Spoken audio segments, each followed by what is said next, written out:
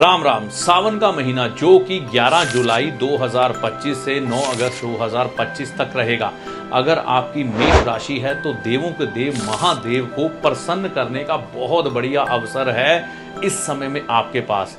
अगर आप भगवान शिव को इस समय में प्रसन्न करते हैं तो आप अपने चंद्रमा ग्रह को प्रबल कर लेते हैं। चंद्रमा ग्रह प्रबल होने का मतलब क्या है?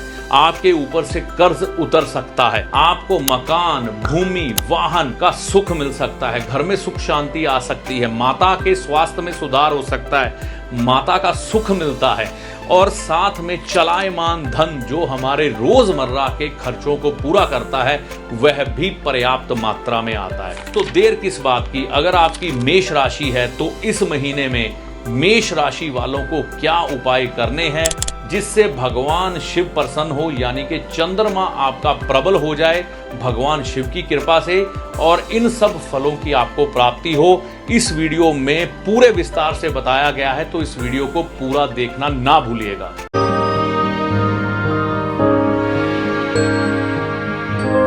नमस्कार, मेरा नाम है पंडित अरविंद तिवारी। इस चैनल पर अगर आप आज पहली बार आए हैं या बहुत समय से इस चैनल के साथ चल रहे हैं, अभी तक आपने इस चैनल को सब्सक्राइब नहीं किया है तो इस चैनल को, इस वीडियो को देखने के बाद सब्सक्राइब करके जाइएगा। देवों के देव महादेव यह प्रसन्न होते हैं सबसे ज़्यादा सावन के महीने में और हम खुशकिस्मत हैं कि यह महीना बिल्कुल नज़दीक है।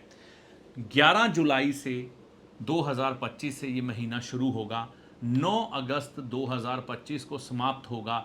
4 सोमवार हमें मिलेंगे इस वर्ष सावन के महीने में भगवान शिव की भक्ति के लिए। भगवान शिव की भक्ति जीवन में हर प्रकार की सुख सुविधाएं जो भी आप चाहें वह दिलाने में सक्षम है। इसीलिए भगवान शिव सब लोगों के इतने प्रिय देव हैं। हो भी क्यों ना, वह देवों के देव हैं। एक देवता ने जो देना है ना, देवों के देव ने उन सभी देवताओं के बराबर आपको अकेले दे देना है। तो इसलिए भगवान शिव को इतना प्रिय देवता माना जाता है और हम सब भगवान शिव के बच्चे उनकी भक्ति करते हैं सावन के मास में।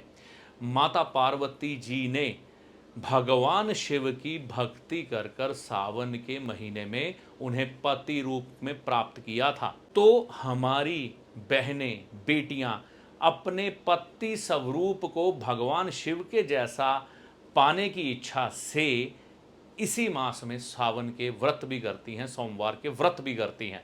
तो इसका महात्म्य और बढ़ जाता है। तो आप अपने जीवन में इस सावन के महीने में कैसे सुख सुविधाएं ला सकते हैं, इसके लिए पहले ये बात समझें। मेष राशि का सावन के महीने में होगा चंद्रमा प्रबल, भगवान शिव का आशीर्वाद भी मिलेगा। पहले यह समझे, भगवान शिव की जटाओं में मां गंगा विराजती हैं और चंद्रमा भगवान शिव के माथे पर उनकी शोभा बढ़ा रहे हैं। तो यहाँ पर चंद्रमा ग्रह एस्ट्रोलॉजी में है ना बहुत महत्वपूर्ण ग्रह माना जाता है। अगर किसी व्यक्ति का चंद्रमा प्रबल हो उसे क्या मिलता है? उसे मकान का सुख मिलता है, वाहन का सुख मिलता है, भूमि मिलती है, सुख मिलते हैं जीवन में और माता का आशीर्वाद मिलता है। तो यह सब चंद्रमा के द्वारा ही देखा जाता है। तो जब हम एस्ट्रोलॉजी के अनुसार चंद्रमा ग्रह को प्रबल करते हैं तो यह सब चीज़ें प्राप्त होने की संभावना बढ़ जाती है। यहाँ पर हम चंद्रमा की आराधना नहीं कर रहे, हम भगवान शिव की आराधना कर रहे हैं। भगवान शिव चंद्रमा के देवता हैं, तो जो भगवान शिव कहेंगे वही चंद्रमा को आपको देना पड़ेगा। क्योंकि चंद्रमा की कर्क राशि मेष राशि के अनुसार आप सौभाग्यशाली हैं। मेष राशि वालों, चंद्रमा की राशि आपके चौथे भाव में पड़ रही है। तो यहाँ पर यह राशि पड़ने के कारण आपको चंद्रमा यह सब चीज़ें देने में सक्षम है। तो जब हम भगवान शिव की आराधना करते हैं तो चंद्रमा प्रबल होता है, फिर यह सब वस्तुएं आपके जीवन में अपने आप आनी शुरू हो जाती है। तो इस सावन के महीने में क्या कर सकते हैं मेष राशि वाले कि उनको यह सुख मिले?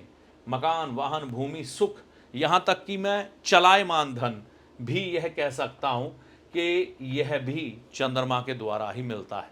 जो हम रोजमर्रा धन खर्चते हैं। तो इतनी खूबियों से भरा हुआ ग्रह चंद्रमा सावन के महीने में भगवान शिव की आराधना करने से कैसे प्रबल होगा, आज हमें यही समझना है और कुछ उपायों से इन सब चीजों के फल हमें प्राप्त करने हैं। तो आइए जानते हैं हमें क्या करना है। देखिए, पूजा पाठ की विधि मुझे आपको बताने की जरूरत नहीं है।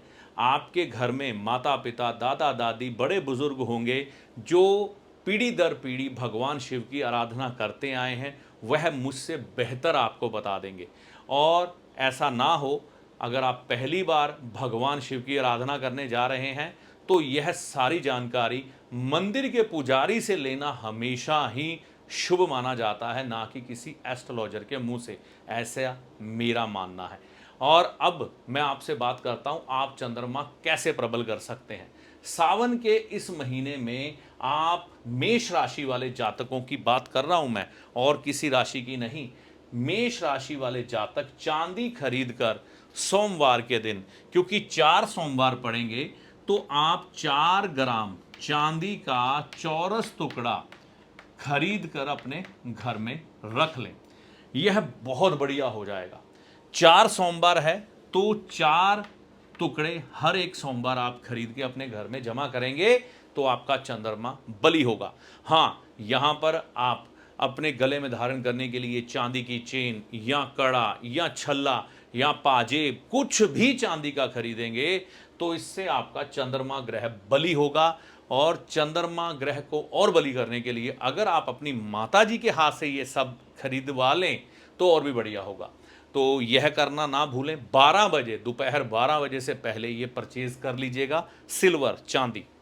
भगवान शिव का अभिषेक आप गंगा जल से जरूर करिएगा। आपके बुजुर्ग जो भी मान्यता मान के चलते हों, आप चलिए, है ना। लेकिन गंगा जल का अभिषेक करना आपके जीवन में सुख समृद्धि बढ़ा देता है। तो मेष राशि वालों के लिए शुभ रहेगा, गंगा जल से भगवान शिव का अभिषेक जरूर करें। ठीक है। दूध से भी कर सकते हैं, लेकिन यह दूध गाय का होना चाहिए और बिना बॉईल किया होना चाहिए। जो घर में एक बार गर्म कर लिया दूध, उससे नहीं, कच्चे दूध से, बहुत बढ़िया। ठीक है। भंडारा करें। अब देखिए, भंडारा करना हर किसी के बस की बात नहीं है। मैं आपको जो भंडारा बता रहा हूं ये बड़ी आसानी से हो जाएगा। यह देखिए, यह जो वस्तुएं हैं इसमें काले तिल हैं, सफ़ेद तिल हैं, इसमें काले तिल हैं, सफ़ेद तिल है, नारियल का बुरादा है, शक्कर है, गुड़ की पिसी हुई शक्कर है, और चावल है टुकड़े में। इन सब वस्तुओं को आप 50-50 ग्राम लेकर आपस में मिश्रित कर लें, और मिश्रित करने के बाद गाय का घी इसमें मिला लें 2-3 चम्मच, फिर मिश्रित कर लें, किसी डिब्बे में डाल के रख लें। आप इस सावन के महीने में सोमवार के दिन, मंगलवार के दिन पीपल के पेड़ के नीचे जाएं, वहां पर चींटियां दिखेंगी, क्योंकि बरसात के दिनों में चींटियों को खाना मिलना मुश्किल हो जाता है। तो अगर आप चींटियों को यह मिश्रण डालेंगे तो आपको आशीर्वाद मिलेगा भगवान शिव का। और यह भंडारा आप जानकर हैरान रह जाएंगे, आपका 100 रुपए में ही हो जाएगा।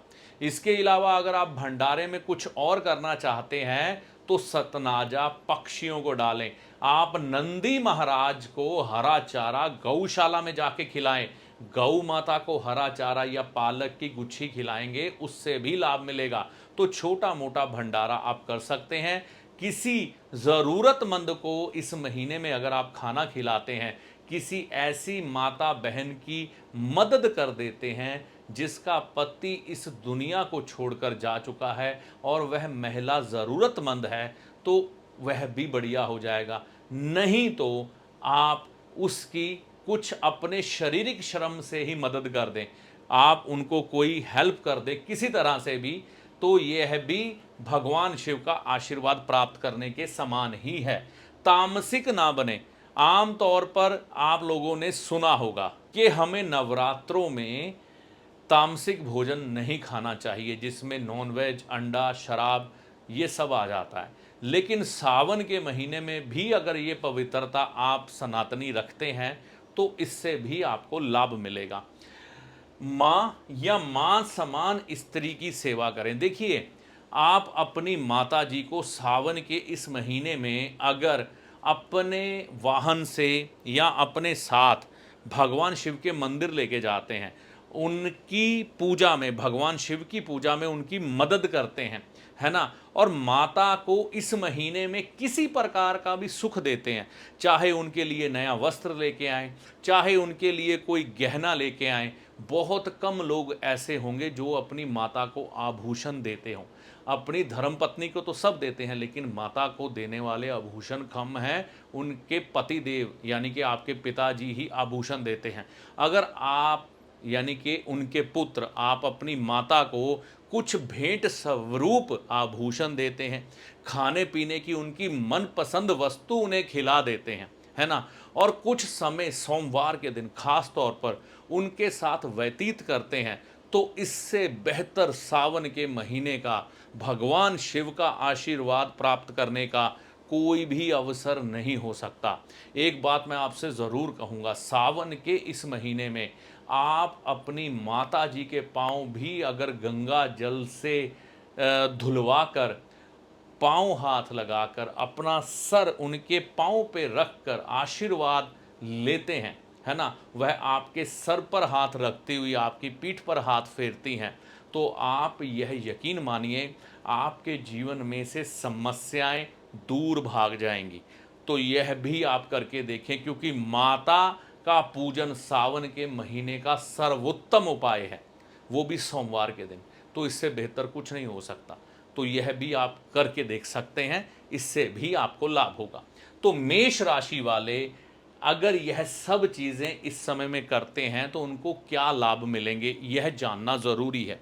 उनके जीवन में अगर कर्जा है, उतरने की संभावनाएं बनेगी। मकान नहीं है, बनने की संभावनाएं बनेगी। वाहन नहीं है, मिलने की संभावनाएं बनेंगी। धन का अभाव रहता है तो धन का फ्लो आपके जीवन में बढ़ जाएगा, धन की कमी नहीं रहेगी। भूमि मिलेगी, घर में सुख हो जाएगा। देखिए, यह चीज़ें सब कुछ होने के बावजूद भी कई बार परिवार में सुख शांति नहीं होती, तो आप यह करेंगे तो घर में सुख शांति भी आनी शुरू हो जाएगी, ठीक है ना, और घर से कलेश दरिद्र मिटता हुआ दिखाई देगा। तो मेष राशि वाले अच्छी तरह से समझ गए होंगे कि इस सावन के महीने में चंद्रमा कैसे प्रबल करना है और भगवान शिव के आशीर्वाद से कैसे अपने जीवन में सुखों को बढ़ाना है। तो यह जानकारी आपको कैसी लगी, कमेंट करके अपनी राय दीजिएगा। वीडियो अच्छा लगा तो लाइक और शेयर करिएगा। देखिए, अंत में एक चीज़ मैं कहना चाहूँगा, ज्योतिषी को हमेशा अपने एक सलाहकार के रूप में देखें, जो आपके भले और बुरे समय का ज्ञान आपको देकर आपके कष्टों से आपको बचाने का प्रयास करता है। ना कि ज्योतिषी कोई चमत्कारी बाबा है जो छड़ी घुमाकर धन की ढेरी लगा देगा और आपकी किस्मत बदल जाएगी। ना ही कोई जादूगर जो आपको छलावे में या भ्रम में डाल के आपकी किस्मत बदल देगा। ऐसा कुछ भी ज्योतिषी के पास नहीं होता। ज्योतिषी को हमेशा एक अच्छे सलाहकार के रूप में देखें जो सिर्फ और सिर्फ आपका हित चाहता है। इससे ज़्यादा ज्योतिषी से कोई भी उपेक्षा मत करें। ज्योतिषी जो आपको पथ दिखाता है उस पर चलना आपको होता है, अपने अच्छे और बुरे के लिए आप खुद जिम्मेवार होते हैं, आपके कर्मों के अनुसार और ईश्वर की कृपा के अनुसार आपके उपायों का फल आपको प्राप्त होता है। चैनल पर अगर आप पहली बार आए हैं, बहुत समय से चैनल के साथ चल रहे हैं, तो इसे सब्सक्राइब करके जाइएगा। इस वीडियो में दी गई जानकारी का लाभ माता रानी की कृपा से आपको होगा। जय माता दी।